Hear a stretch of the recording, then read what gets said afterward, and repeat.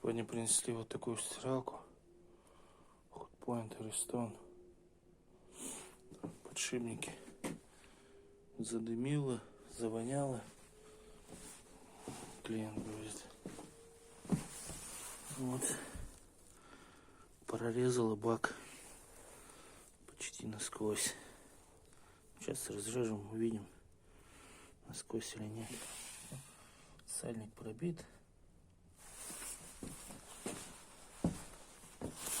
Болтается все.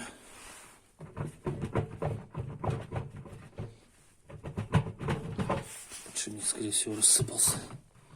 Сейчас будем ножовкой распиливать.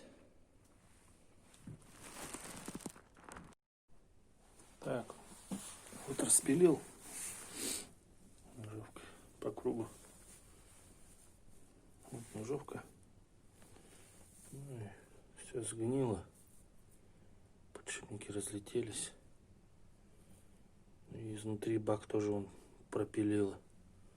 Что здесь, вот, все по кругу. Но дырки нет насквозь. Это хорошо. Сейчас будем выбивать. Выбью. Потом покажу, как спаиваю. И установка. Так, ну вот все выбил. Подшипник разлетелся, обойма осталась внутри. Ну, выбил ее за 5 минут. Так, вот подшипники ставлю фак. Японские, якобы. Ну, более-менее они ходят хорошо. Посадочная не разбита. Все отлично. Сейчас будем устанавливать.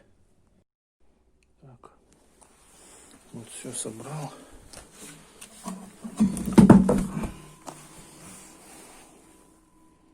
Теперь ни люфта. Люфта нет. Все отлично. Ну, все, начинаем спаивать. И вот так вот запаивается все по кругу. Вот.